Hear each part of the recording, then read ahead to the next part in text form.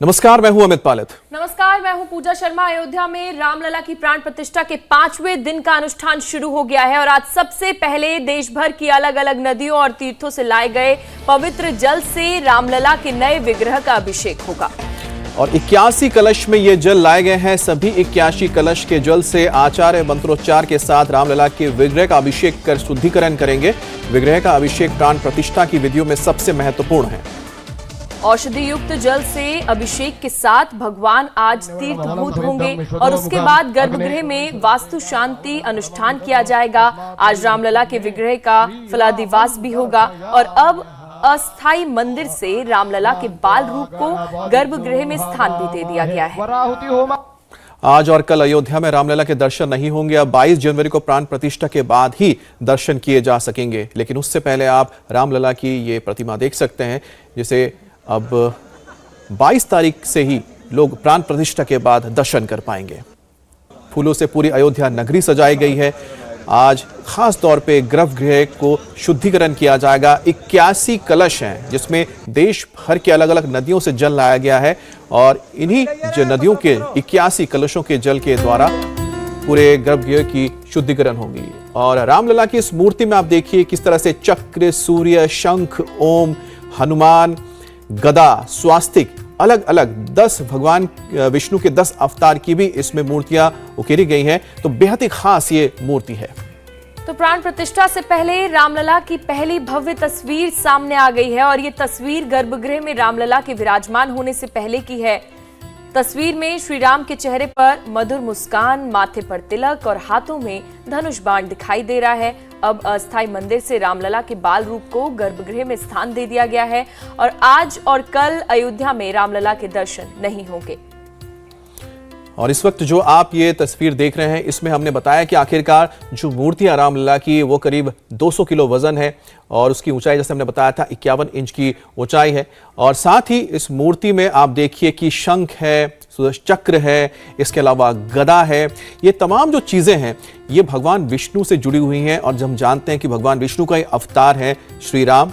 और साथ ही साथ भगवान विष्णु के जो 10 अवतार हैं, मत्स्य अवतार है, वामन अवतार है, उन सभी अवतारों को भी इस मूर्ति में सजोया गया है। तो बेहद ही खास ये मूर्ति है और जब मौका मिलेगा आपको भगवान के दर्शन करने का तो आप इस भव्य मूर्ति को देख पाएंगे। तो प्राण प्रतिष्ठा से पहले रामलला की ये पहली भव्य तस्वीर सामने आ गई है और आपको बता दें कि आज और कल अयोध्या में रामलला के दर्शन नहीं होंगे, यानी कि अब 22 जनवरी को प्राण प्रतिष्ठा के बाद ही दर्शन किए जा सकेंगे। तो फूलों से गर्भगृह को सजाया गया है और बाल मूर्ति मंदिर में स्थापित कर दी गई है। रामलला विराजमान हो चुके हैं। और खास बात है कि अभी तक टाट में जो रामलला थे, अब वो भव्य मंदिर में विराजमान होंगे और उसी की तैयारियां आप देख रहे हैं। एक तरफ आप देख रहे हैं कि वही बाल मूर्ति जिसको इतने सालों से लगातार पूजा जा रहा था, वो बाल मूर्ति भी अब लाई गई है, गर्भगृह में उन्हें स्थापित किया गया है। और दूसरी तरफ आप देख रहे हैं बिल्कुल लेफ्ट में वो है भगवान रामलला की वो मूर्ति रामलला की, जिसे प्राण प्रतिष्ठा के बाद दर्शन कर पाएंगे हमारे भक्त। और ये जो 6 तस्वीर हैं पूजा, ये अपने आप में बताती हैं कि किस तरह से तैयारियां अपने आखिरी चरण में पहुंची हैं। और ये तस्वीरें देखिए, तस्वीर में श्री राम के चेहरे पर मधुर मुस्कान, माथे पर तिलक और हाथों में धनुष बाण दिखाई दे रहे हैं। ये तस्वीरें सामने आ चुकी हैं। 22 जनवरी को ही अब दर्शन कर सकेंगे भक्त और अब अस्थायी मंदिर से रामलला के बाल स्वरूप को भी गर्भगृह में स्थान दे दिया गया है। तो ये 6 तस्वीरों के माध्यम से अयोध्या नगरी किस तरीके से सज चुकी है वो देखिए।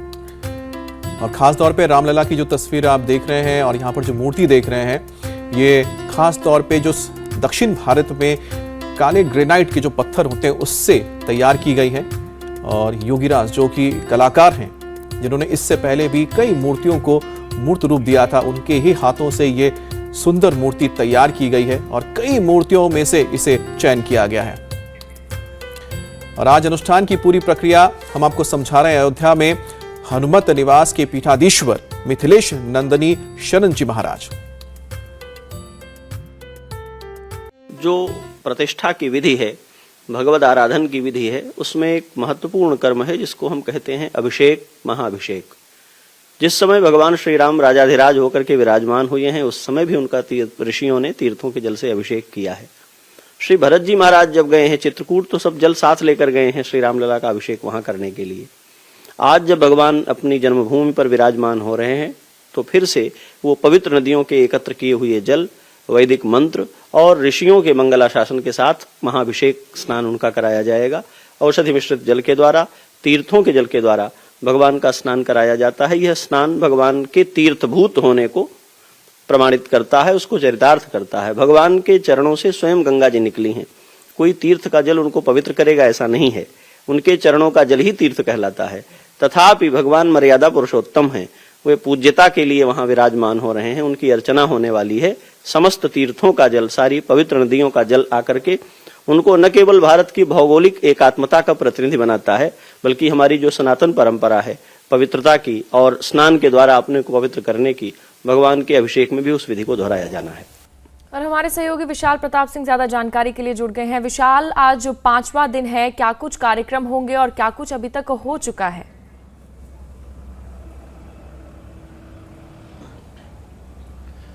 देखिए, हम आपको बताना चाहूंगा कि जिस तरीके से आज प्राण प्रतिष्ठा के दौरान की जो पूजा चल रही है उसमें आज 5वां दिन है और इस 5वें दिन का बहुत ज़्यादा महत्व इसलिए भी हो जाता है क्योंकि पूरे देश भर की जो पवित्र नदियां हैं, पवित्र जो उनका जल है, उनको 81 कलशों के माध्यम से अयोध्या लाया जा चुका है और आज की जो विधि होगी, यानी कि 5वें दिन की जो विधि होगी, उसमें भगवान का अभिषेक किया जाएगा। भगवान को जो पूरा गर्भगृह है, उस पूरे गर्भगृह में जो तमाम पवित्र नदियां हैं उनका जलाभिषेक किया जाएगा। वहां पर पूरा जो गर्भगृह का इलाका है और मंदिर के आसपास का इलाका है, वहां पर सभी कलशों को लेकर के जाया जाएगा, उनकी परिक्रमा कराई जाएगी, प्रभु की आराधना की जाएगी, उनसे आशीर्वाद मांगा जाएगा और उनके चरणों में इन पवित्र जलों को अर्पित किया जाएगा। इसके अलावा आपको बता दें कि जो वास्तु अनुष्ठान होता है, वास्तु शांति का अनुष्ठान होता है,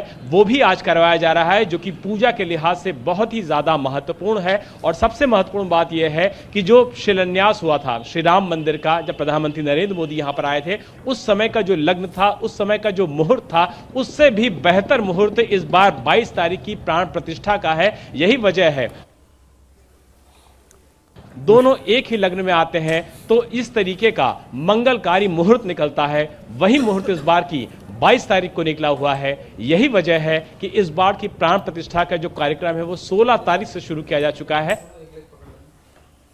का जो पानी है, जो जल है, वो प्रभु के चरणों में अभिषेक किया जाएगा। पूरे गर्भगृह को बाकायदा धोया जाएगा, पूरे गर्भगृह में चरणामृत लगाया जाएगा और शहद का लेप लगाया जाएगा। साथ ही वास्तु शांति का जो अनुष्ठान है, जो कि अयोध्या उत्तर प्रदेश देश की शांति के लिए, समृद्धि के लिए बहुत ज़्यादा महत्वपूर्ण माना जाता है। तो ये सारी विधि विधान से जो पूजा का कार्यक्रम है वो शुरू हो चुका है और 5वें दिन भी लगातार ये पूजा जारी है। और ऐसे में आज जब पूरे गर्भगृह का, मंदिर के आसपास के इलाके का सभी पवित्र नदियों के जल से जलाभिषेक होगा तो वातावरण कितना सुगम होगा, वातावरण कितना आनंदित होगा, इसको सिर्फ महसूस किया जा सकता है अयोध्या में कहीं भी खड़े होकर के।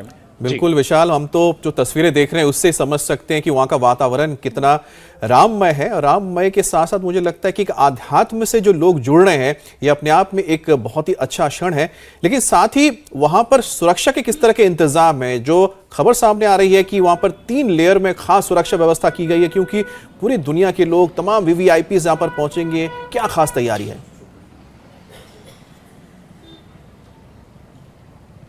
अमित, अगर सुरक्षा के कारणों का बात किया जाए तो जिस तरीके से अयोध्या हमेशा से संवेदनशील रही है, यही वजह है कि इस बार भी जो सुरक्षा व्यवस्था है उसको 3 लेयरों में बांटा गया है। एनएसजी के कमांडोज की तैनाती की गई है, एटीएस के जो एलीट कमांडोज होते हैं उनकी तैनाती की गई है, प्रधानमंत्री का अपना खुद का एसपीजी का घेरा होता है, इसके अलावा स्पेशल फोर्स के जवानों को तैनात किया गया है। पूरी अयोध्या को किले में तब्दील कर दिया गया है। आप अगर अयोध्या में अमित एंटर करेंगे तो आपसे बाकायदा आपका पहचान पत्र मांगा जाएगा, आपकी तस्दीक किया जाएगा, आपकी जेन्युइनिटी को चेक किया जाएगा, उसके बाद ही आप अयोध्या के किसी भी इलाके में जाने के लिए पुलिस की तरफ से अधिकृत होंगे। लेकिन अगर सुरक्षा की बात कर लिया जाए तो 22 तारीख को जिस दिन प्राण प्रतिष्ठा होनी है, उस दिन अभेद्य किले में पूरी तरीके से अयोध्या तब्दील रहेगी। स्नाइपर्स की तैनाती जो गगनचुंबी इमारतें होंगी वहां पर की जाएगी। इसके अलावा उत्तर प्रदेश के मुख्यमंत्री योगी आदित्यनाथ ने कल जब अयोध्या में फाइनल समीक्षा बैठक की है अधिकारियों के साथ, तो निर्देश दिए गए हैं कि सुरक्षा व्यवस्था को चाक चौबंद रखा जाए, लेकिन इस बात का विशेष ख्याल रखा जाए